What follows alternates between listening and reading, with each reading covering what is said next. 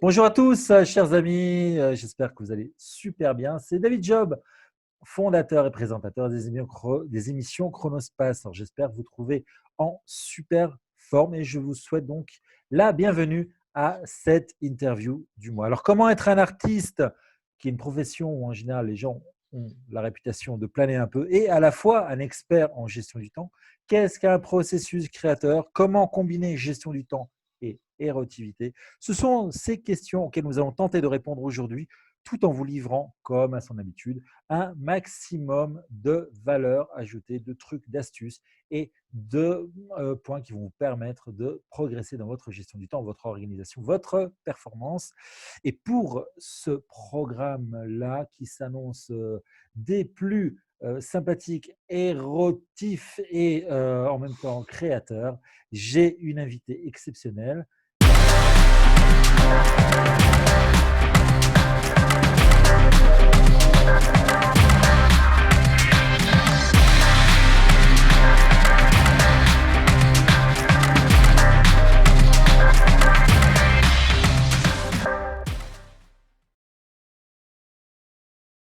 Catherine, bonsoir.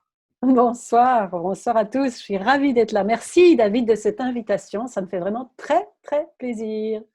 Ben, écoute, avec un grand plaisir aussi, un grand plaisir partagé. Alors, voilà, j'ai levé le voile sur des notions qui sont un petit peu nouvelles, qui sont même un petit peu différentes et intrigantes, on va dire. J'imagine qu'il y a beaucoup de gens qui nous regardent, qui doivent se dire, mais de quoi il va parler?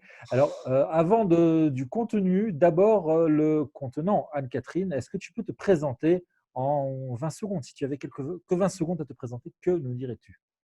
Avec plaisir.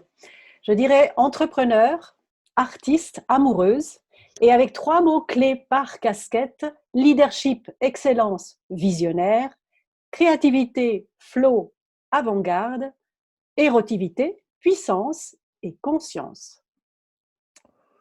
Ça fait tout un programme, ça fait pas mal de mots-clés, ça, hein. Alors, on va essayer de les aborder au fur et à mesure. D'abord, je voudrais juste te poser une question, parce que tu abordes quand même des sujets qui ont l'air un petit peu comme ça, un peu disparates, un peu farfelus. On va, au fur et à mesure de l'interview, essayer de mettre un petit peu d'ordre dans tout ça, un petit peu de trouver un fil rouge, un fil conducteur. Mais d'abord, je voudrais savoir, est-ce que tu as une histoire, une anecdote particulière, quelque chose qui était déterminant dans ta vie, qui a mené à être la Anne-Catherine que tu as aujourd'hui? Oui, en effet. Alors, le point de départ, c'est ma naissance, puisque ma naissance coïncide en fait avec le décès de ma mère.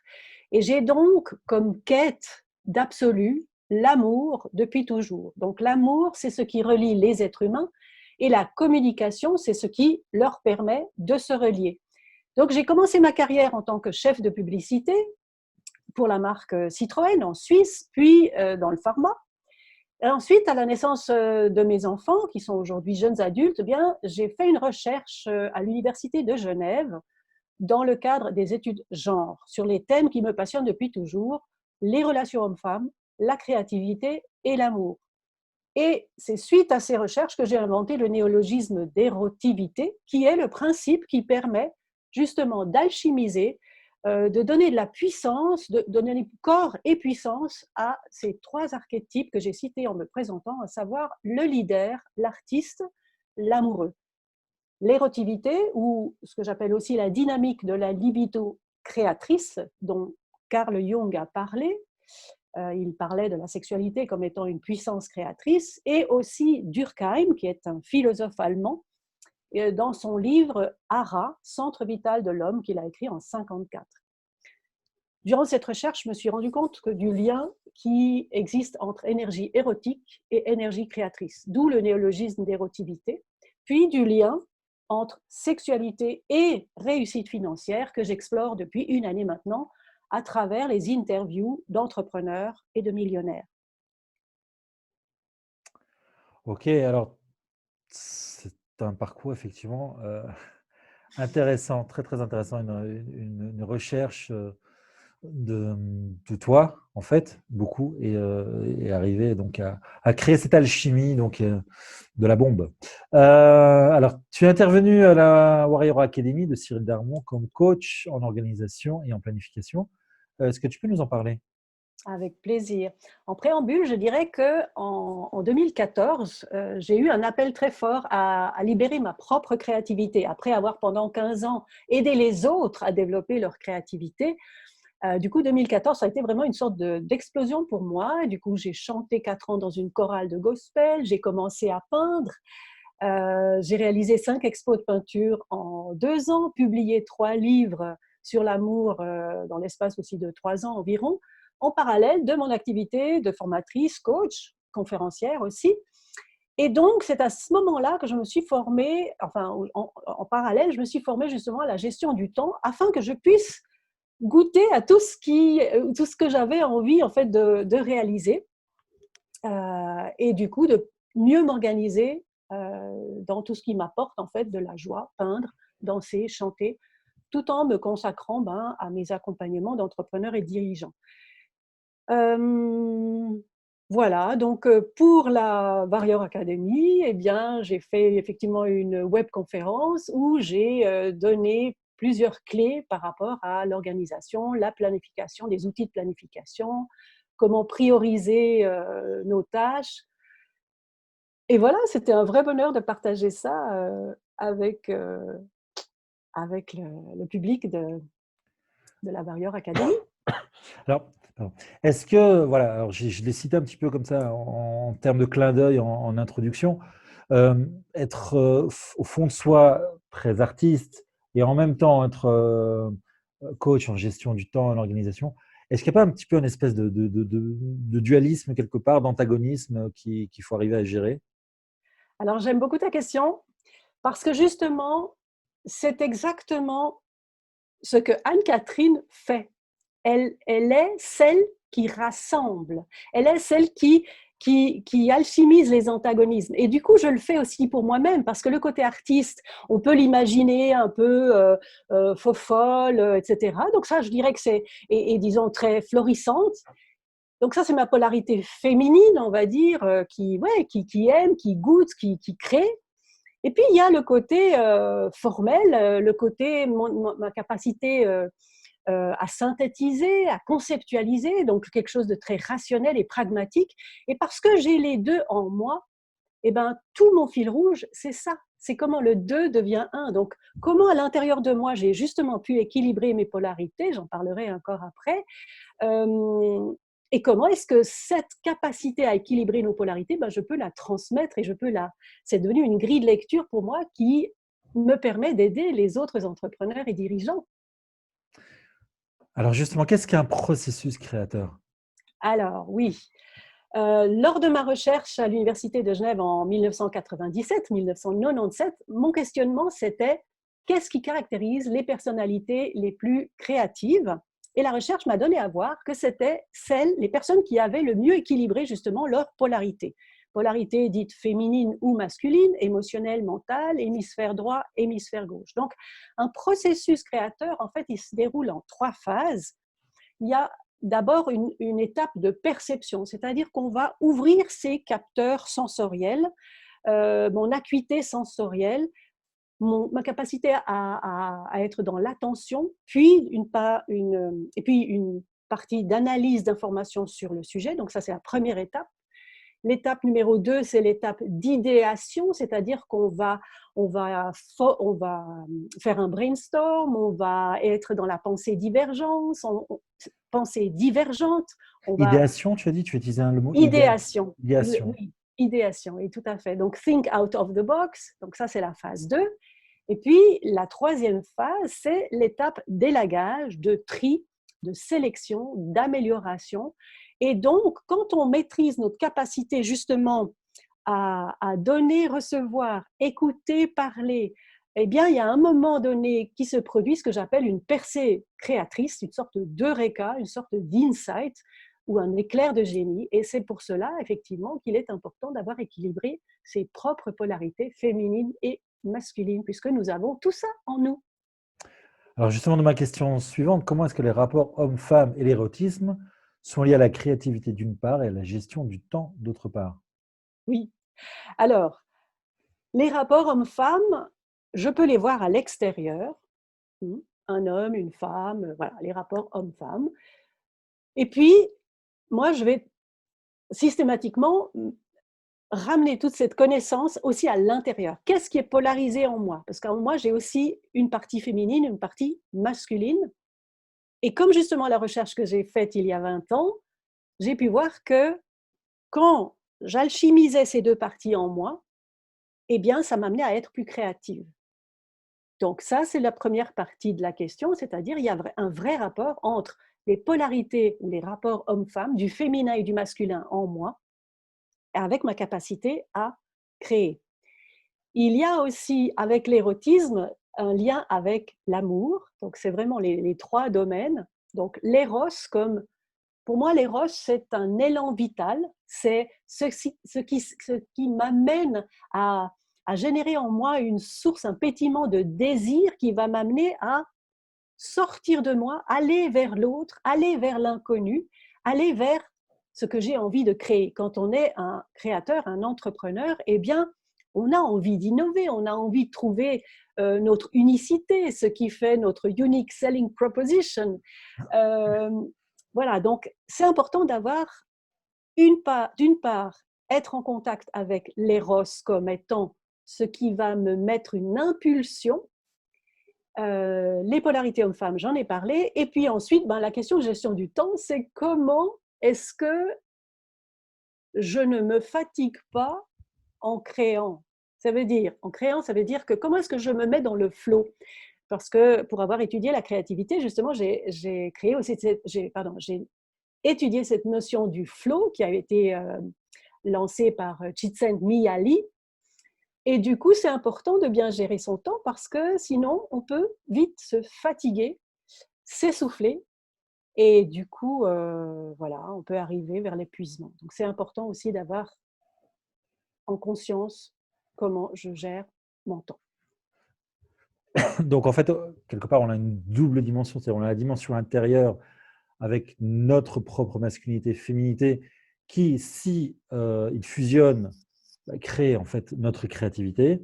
Et alors, à l'échelle, on va dire, on sort de soi et à l'échelle, on va dire, du couple, on a l'homme et la femme qui, en fusionnant, donnent aussi une création Ah oui, qui est l'enfant, et le moteur étant l'érotisme et le désir, etc. C'est un petit peu ça que tu nous expliques.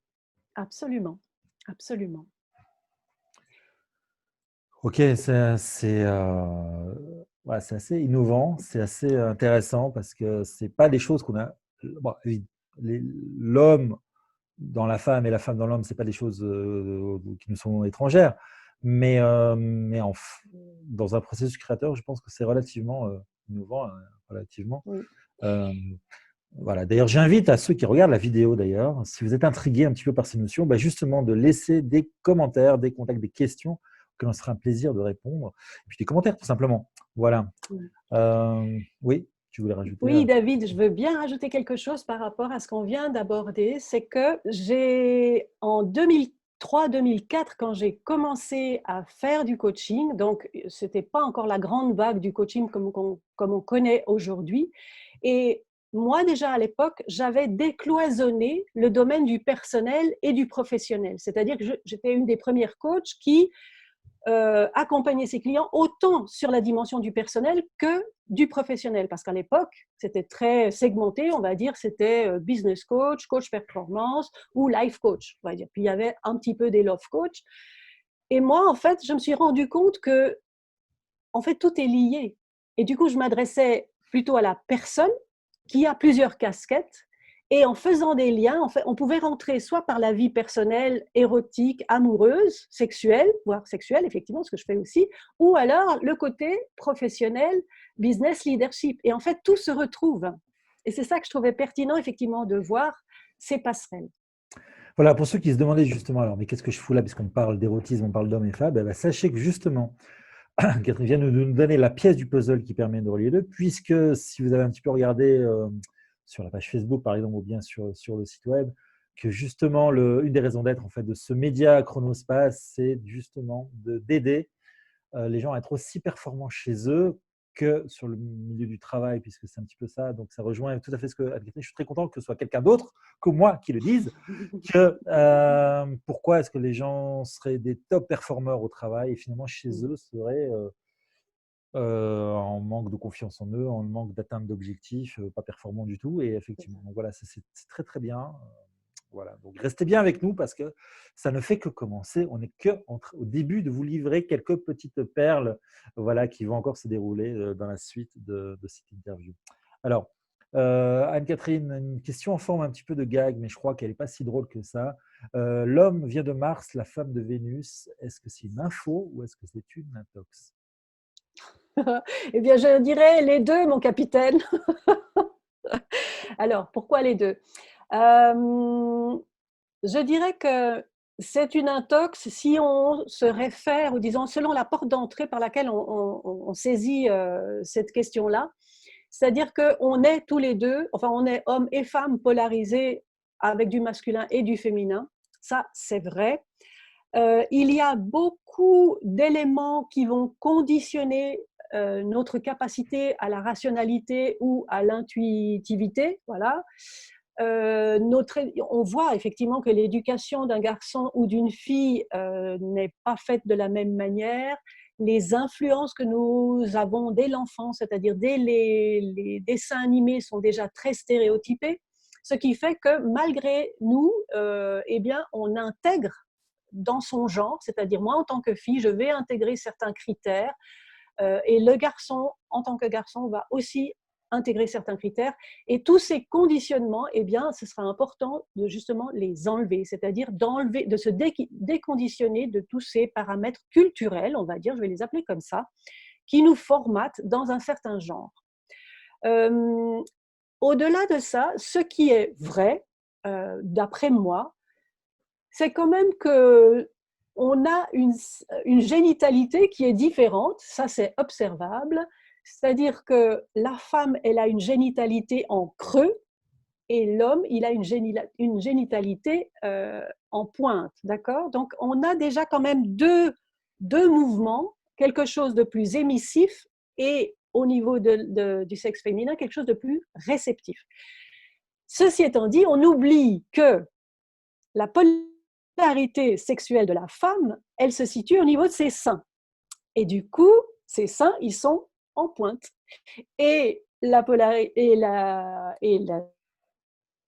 poitrine, on va dire, de l'homme, eh ben, elle n'est pas émissive, elle est réceptive. Voilà. Donc, comme ça, vous avez quelques petits éléments physiologiques.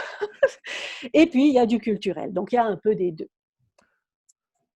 Ok, j'allais faire un vilain jeu de mots sur le mot culturel, mais je vais m'abstenir parce que je ne sais pas les gens comment la gouverne, etc. Alors, on passe à la question suivante. Toi-même, tu es artiste peintre. Est-ce que tu peux nous en parler de Oui, avec plaisir. ton art? Quand j'avais 14 ans, je ne voulais pas faire le parcours classique que mon frère et ma sœur avaient suivi, c'est-à-dire le collège et l'université. Donc moi, je voulais déjà faire l'école d'art. Je me suis inscrite à l'école d'art à Genève.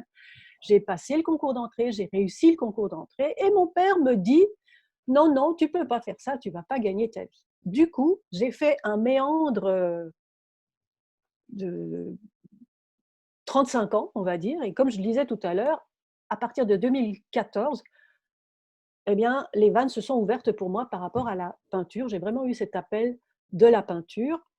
Et du coup, j'ai exploré la peinture sans avoir de connaissances, on va dire, théoriques, on va dire ça comme ça.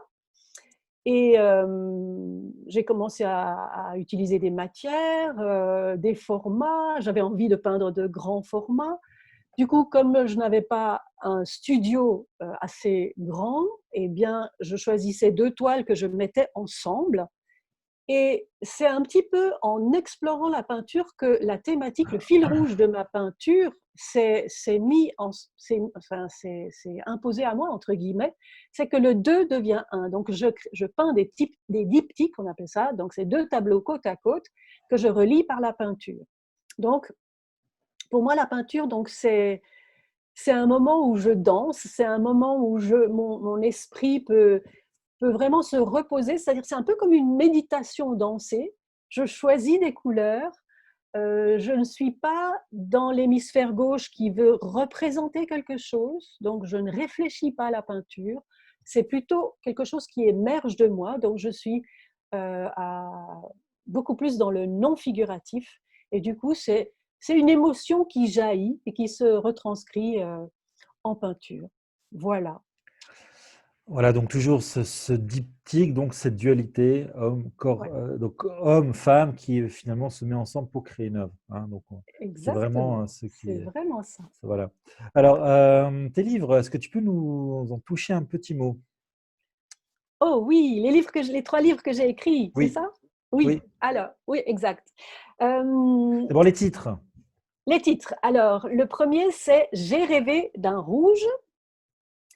Donc, c'est un recueil de poèmes érotiques parce que oui, effectivement, à partir de l'an 2000, j'ai créé les ateliers d'expression érotique à Genève. Donc, j'ai animé des ateliers d'écriture érotique puisque j'avais découvert ce lien que quand je me connecte à la dimension de l'éros en moi, dans mon imaginaire érotique, eh bien, ça amène les gens à être plus créatifs.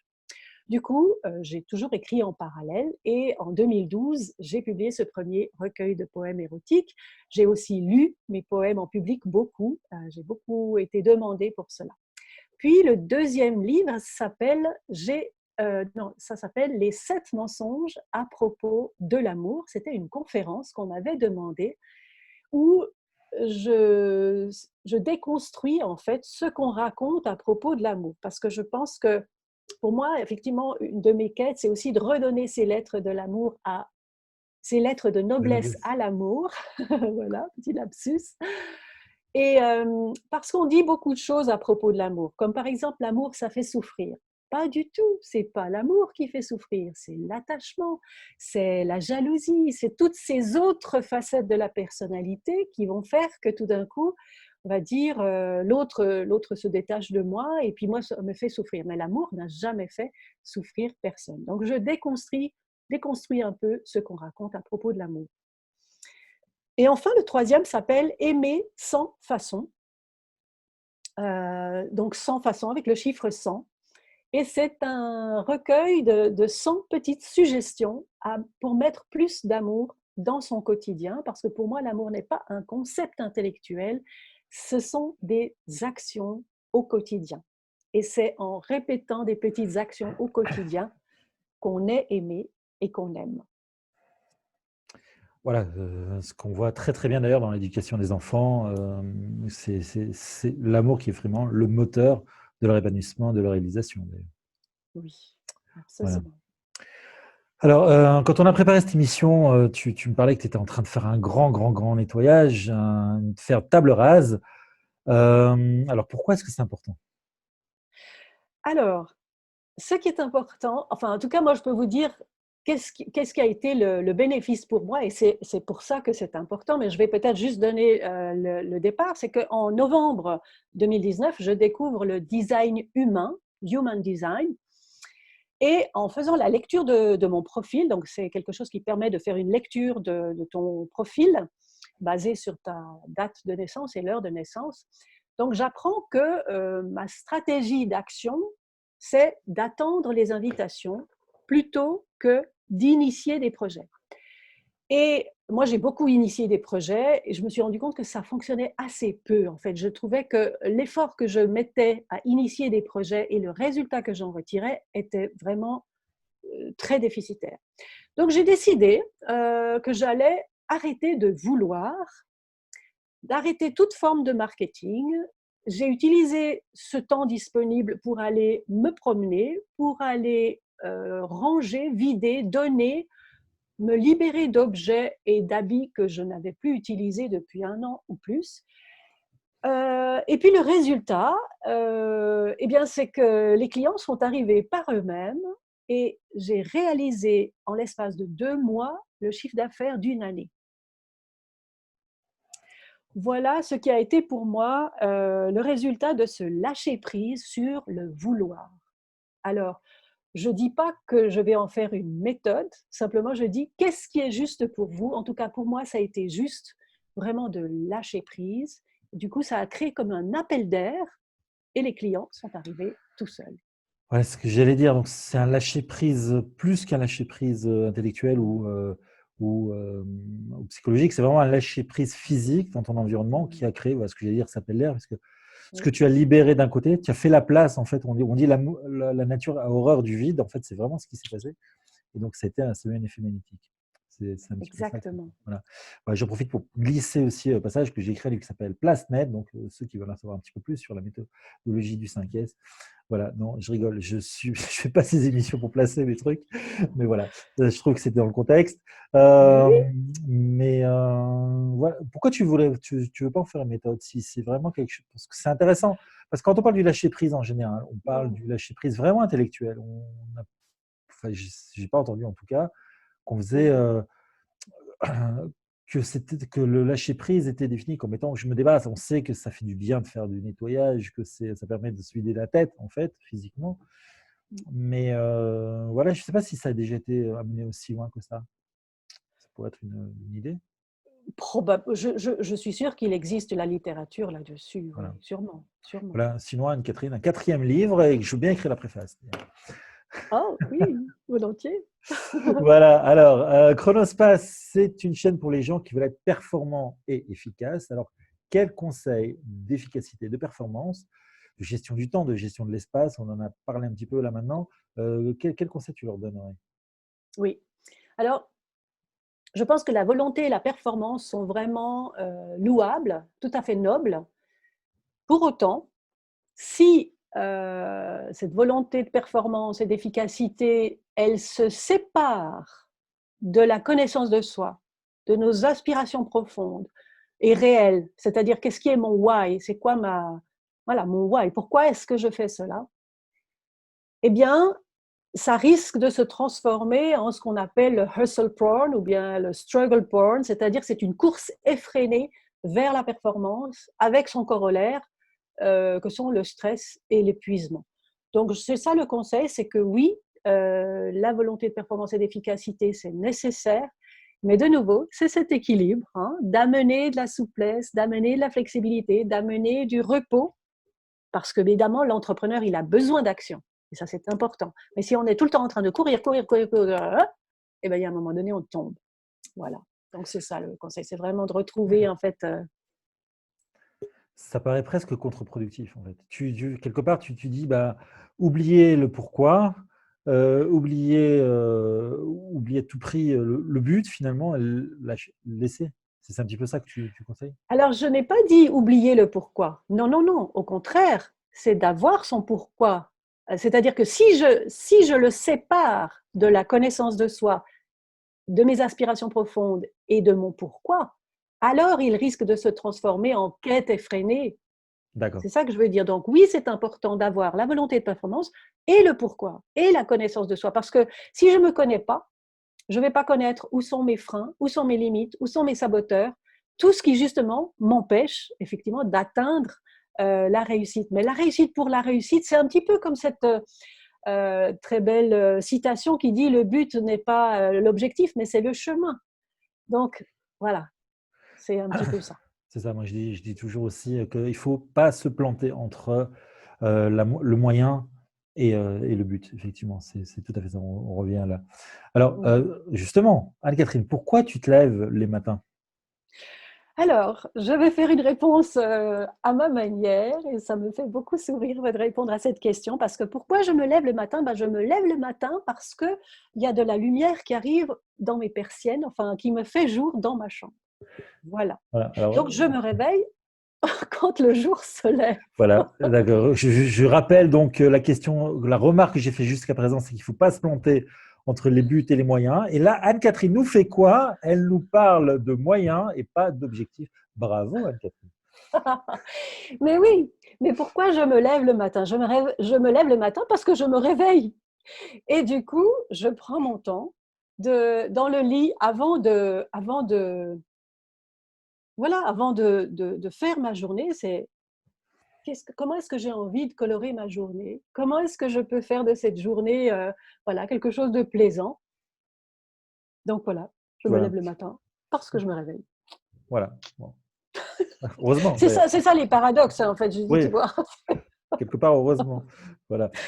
J'ai peur aussi parce que d'un autre côté, si c'est parti comme ça, tu aurais pu dire je me réveille parce que j'ai envie d'aller aux toilettes, donc je me lève, et puisque si déjà je suis debout, voilà. Mais heureusement, voilà, on est resté beaucoup plus sobre et l'image du soleil qui rentre Hein, Voilà, c'est ça. C'est mettre voilà, un peu de poésie dans ma voilà, vie. C'est exactement, voilà. important pour moi, c'est Voilà. ça, la poésie, tu vois. Voilà, et David Job, avec son esprit très très masculin, vient en plus rajouter un truc très très scato.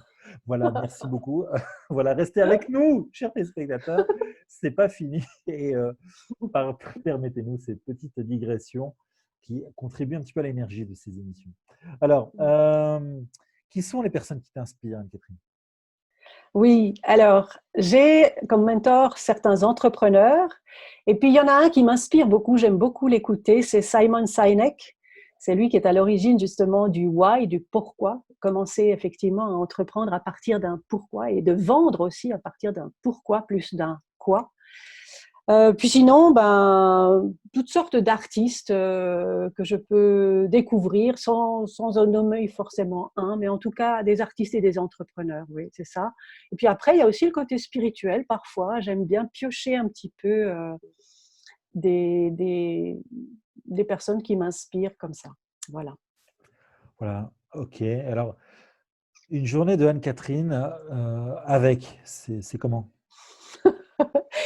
Une journée d'Anne-Catherine avec, c'est quand j'ai beaucoup d'énergie, que j'abats beaucoup de travail et où ça m'amène à être enjouée, productive, au même temps souple, c'est-à-dire que je peux me poser un moment dans mon canapé, sur mon canapé, que je vais respirer de l'air. Donc ça, c'est vraiment pour moi les journées à la fin desquelles je suis contente de moi parce que j'aime cette énergie très dynamique, sachant que je suis quelqu'un de cyclique. Donc, ce n'est pas quelque chose que je vais forcément vouloir reproduire parce que justement là, je serais dans la recherche de performance, ça non.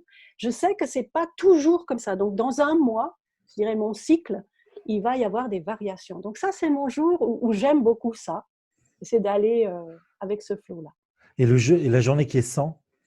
Ben, la journée qui est 100, ben, ce sera la journée où je ressens de la confusion, où mon esprit, il est un peu dans le... J'ai une sorte de fatigue, j'ai pas d'entrain, ça peut m'arriver. Alors, comment tu fais pour en faire d'une journée sans une journée avec? Alors, tout d'abord, je ne vais pas forcément chercher à faire une journée avec, je ne vais pas chercher à forcément la transformer. Par contre, et je dirais que ça, de nouveau, ça répond de manière un peu paradoxale, mais ça, c'est comme ça. C'est On que, commence un petit peu à te connaître, mais hein. voilà, c'est Voilà. comme ça. Alors, donc, on commence un petit peu à savoir que le paradoxe est Anne-Catherine. Exactement, voilà.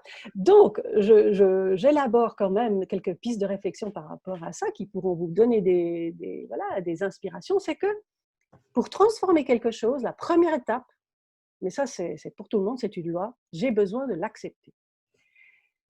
D'accord? Donc ça, je ne peux pas transformer quelque chose que je n'accepte pas. Donc, parce que sinon, ce à quoi je résiste persiste. Donc, d'abord, c'est d'aller avec ça. Je dis, ah, ok, aujourd'hui, j'ai pas trop d'énergie. Très bien. De quoi tu as besoin? Ok, j'ai besoin de ça, j'ai besoin de ça. Donc, je vais me donner ce que mon corps demande, ce que mon esprit demande. Euh, et en fait, chemin faisant, sans forcer, c'est ça aussi que j'ai envie de transmettre, tu vois.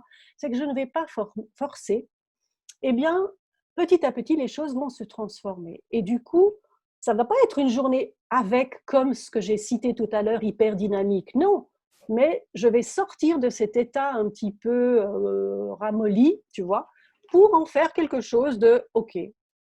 Voilà. Voilà, c'est une approche intéressante en tout cas. J'aime beaucoup. J'aime beaucoup ce côté d'acceptation des choses avant de pouvoir les transformer.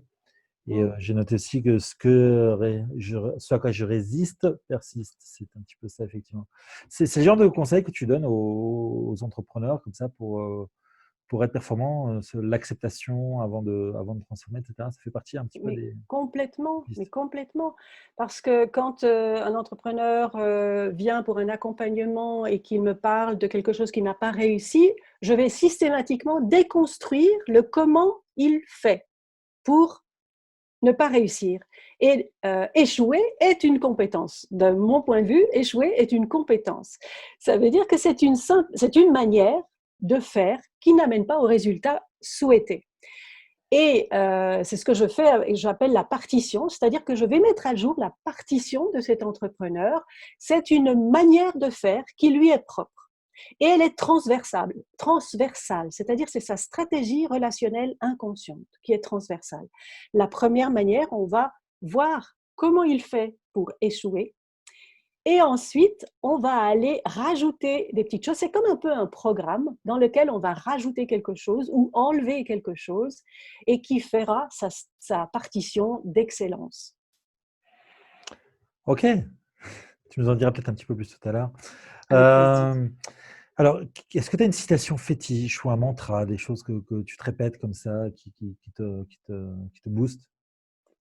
Oh, alors il y a quelque chose qui est très présent en ce moment et tu sais parce que mes clients, ce sont mes miroirs et du coup, quand je donne une suggestion, justement un mantra à certains de mes clients, eh bien, je vais me l'approprier et c'est ça qui me vient à l'instant, c'est en fait, je capitule. Et ce mot de capituler, c'est extraordinaire parce que dans un premier temps, on va le voir comme étant, je perds la guerre, n'est-ce pas? C'est Capituler face à, super n'est-ce pas? négatif, ouais, c'est super négatif. Voilà, Ça rappelle beaucoup de sinistres mémoires sur la ex capitulation. Ouais, exactement. Et quand on recherche la racine de ce mot, c'est capita, c'est la tête. Pourquoi? Parce que quand je suis fatiguée, quand je n'arrive pas, c'est comme un peu si je me tapais la tête contre un mur. C'est parce que justement je suis dans la résistance. Et donc, c'est l'invitation justement que j'ai faite récemment à 2 de mes clients. Je leur ai dit capitule. Et moi, je me dis parfois, quand effectivement j'ai un peu de résistance, je vais dire je capitule, je capitule, je capitule, je capitule. Et effectivement, ça participe au lâcher prise. Et donc, c'est je me coupe de la tête pour rentrer plus dans le corps, plus entrer dans le ressenti. Et c'est là aussi, de nouveau, où il va y avoir une alchimie entre le mental, le corporel et l'émotionnel qui va me permettre de transformer. Parce que ce n'est pas avec le mental que je vais pouvoir transformer les choses. Et si j'avais effectivement qu'est-ce qu'on va dire, un leitmotiv ou quelque chose comme ça, c'est vraiment quelque chose qui est ma divine utopie, c'est quand l'art de la guerre rejoint l'art de l'amour. c'est un peu la version moderne de Faites l'amour, pas la guerre des hippies. Oui, on peut dire ça. Mais Donc, si ce n'est que, ah tiens, attends, c'est intéressant ce que tu dis, parce que les hippies, ils sont faites l'amour, faites pas la guerre, on est dans l'exclusion. ouais, Et moi, je suis dans l'unité, c'est ça qui ouais, distingue les choses. ouais, C'est que tu ne peux pas être dans ta lumière si tu refuses ton ombre. ouais. Finalement, c'est perdre la tête pour pouvoir mieux retrouver son corps, sa créativité et avancer. Ouais, Oui, perdre la tête momentanément, ouais. c'est-à-dire c'est qu'elle n'est plus au devant de la scène. Juste, tu la mets un peu au repos et tu commences effectivement à te connecter à l'intérieur, au ressenti. Arrêtez de vouloir tout contrôler. Exactement. Alors, on va jouer un petit peu au jeu de Et si tu étais? Alors, si tu étais un livre, Si j'étais un livre, je pense que je serais un livre aux pages blanches transparentes, hein. Et si tu lis ce livre, eh bien, tu y verrais ton propre miroir. alors, tu as. Ouais. Ouais, non, bon. Je te laisse sans voix. Ouais, complètement. Mais c'était Voilà. intéressant. C'est Ben intéressant. oui. Voilà. Alors, tu es artiste peintre. Si tu étais un tableau, Eh bien, je serais la naissance de Vénus de Botticelli. bah voyons, bah voyons. Et si tu étais un objet, tu me dis pas que tu aurais été la coquille qui est sous le tableau de Vénus de Botticelli, s'il te plaît. Mais non, je ne vais pas te dire ça. Ma réponse est je serais une lanterne magique. Ouais, ok. Pourquoi? Mais parce qu'on me frotte et tu peux choisir, tu peux faire des vœux. Et c'est vrai que j'ai un petit côté magie. Je suis une fée aussi. Donc voilà, je suis une lanterne magique. Voilà. Aladdin, par exemple. Oui, Le exactement. génie bleu. D'ailleurs, au passage, j'aime beaucoup, beaucoup cette version de Disney. C'est un de mes Disney préférés, le Aladdin, et ce génie que je trouve extraordinaire. C'est ça. Ouais. Alors, si tu étais un animal, Anne-Catherine, tu serais quoi et pourquoi? Oui, eh bien, je serais une baleine et un cygne. Donc, je serais une baleine parce que j'adore aller dans les profondeurs. J'adore le silence qu'il y a dans les profondeurs. Et puis, je serais un cygne parce que je serais de nouveau sur une surface d'eau pour son élégance, sa pureté. Voilà. Et l'élément eau, c'est pour moi important, effectivement. C'est la fluidité, c'est le côté féminin, c'est tout ce qui transforme, c'est le liquide amniotique, c'est de là que tout émerge. Waouh! Beaucoup de poésie, effectivement. Ce soir, dans cette interview, alors, si tu pouvais acquérir une compétence instantanément, ce serait laquelle? Ben, ce serait la téléportation. Ce serait la téléportation parce que ça me ferait gagner beaucoup de temps dans les déplacements. Je déteste me déplacer. Si je pouvais faire ça et que je me retrouve à tes côtés, par exemple, j'adorerais. Voilà, voilà, bon, Voilà. voilà. Je sais pas finalement si tu y gagnerais, mais enfin bon, bref. Non, Si tu- mais je gagnerais du temps en tout Voilà, cas. c'est ça, c'est sûr. Voilà, pour un coach en gestion du temps, Oui. la téléportation, c'est pas mal, ouais. Bon, ils ont essayé dans Star Wars, ça marche dans Star Wars, mais ne le faites pas chez vous, ça ne marche pas. Hein, voilà. Pas encore. Pas encore, exactement. Ouais. Alors, dans la mouche aussi, d'ailleurs, ça s'est très mal passé, d'ailleurs, Ouais, pour, en effet. voilà. Alors, est-ce que tu as un cadeau pour nos spectateurs, Anne-Catherine? Le cadeau. Alors moi, j'ai vraiment envie de vous offrir, de découvrir en fait une session de coaching avec moi, donc une séance découverte avec moi de 45 minutes. Alors, vu l'interview que vous avez eue, que nous avons eu tous, je pense que ça, c'est quelque chose qui vaut vraiment, vraiment, vraiment la peine. C'est unique, à mon avis. À mon avis, toujours dans toute la petite saga déjà que Chronos passe. Ah, je pense on est en train vraiment là de vous livrer quelque chose d'unique, d'exceptionnel. Et à mon avis, ça doit valoir le coup. Donc, comment on ferait pour se le procurer, par exemple? Eh bien, il vous suffirait d'aller sur mon site alphalide.ch avec, je propose le code Chronospace. Quand vous m'envoyez un message via mon site alphalide.ch, vous mettez le code Chronospace et moi je saurai que vous êtes un invité de David. Voilà, voilà. Hein, tout est fait. Mais voilà. Merci beaucoup, Anne-Catherine, pour ce magnifique Mais avec plaisir. cadeau. Voilà, bah écoute, on arrive là vers la fin de notre interview. C'est bientôt le moment de se quitter. Alors, est-ce que tu as un dernier message que tu voudrais faire passer pour les gens qui nous regardent? Euh, alors je dirais qu'en fait ce serait une clé, une première clé, c'est s'écouter. S'écouter au sens où faire silence un peu dans le brouhaha que nous avons dans la tête, parce qu'on vit à une ère où il y a une pléthore d'informations, on est sollicité tout le temps avec toutes les notifications ding ding partout. Donc, faites silence, écoutez-vous, et vous allez trouver justement le diapason ou la ligne directrice en fait. Voilà. Donc de régulièrement faire des stops dans la journée et puis régulièrement tous les trimestres ou toutes les semaines, faire des stops, faire des pauses, s'écouter. Et c'est ça qui va vous amener beaucoup de clarté en fait dans votre vie, dans votre manière de gérer les choses et peut-être aussi de recevoir des informations nouvelles parce que c'est ça aussi le principe de la créativité. C'est si j'ai mon cerveau qui est plein d'informations, je ne peux pas rajouter quelque chose. Donc, faites silence, écoutez-vous et laissez venir l'information à vous. Merci. Voilà un conseil en platine que tu nous livres là, Anne-Catherine. Avec plaisir. Voilà, alors bah, écoute, Anne-Catherine, donc vraiment merci beaucoup pour avoir partagé avec nous, donc peut-être dévoilé aussi un petit peu, avoir partagé aussi avec nous ces astuces, ces grands moments que l'on a passés ensemble.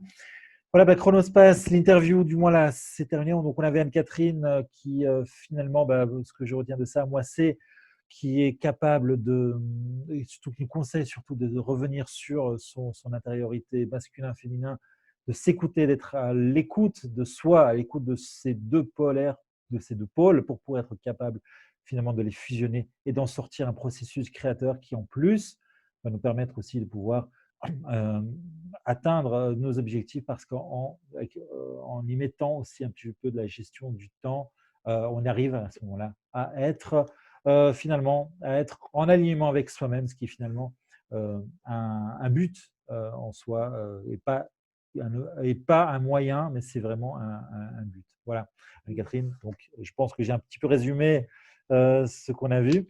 Voilà, merci Absolument. beaucoup, beaucoup, beaucoup d'avoir été avec nous. Alors, bien sûr, comme chaque fois, n'hésitez pas, mettez des commentaires, dites-nous ce que vous en avez pensé, que vous ayez aimé, que vous n'avez pas aimé, que vous soyez d'accord, pas d'accord. Quelles sont vous, vos astuces, comment vous ressentez cette polarité masculin-féminin, comment vous gérez votre temps. Est-ce que vos objectifs sont les mêmes que vos moyens? Pas du tout, vous êtes d'accord, vous n'êtes pas d'accord.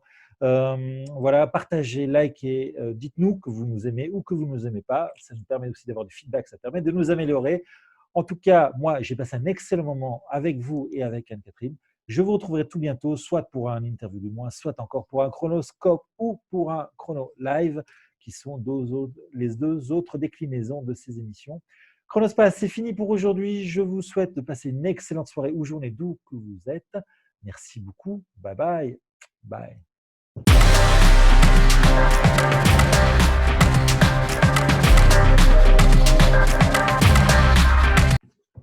Chronospace, l'émission qui remet le temps à sa place.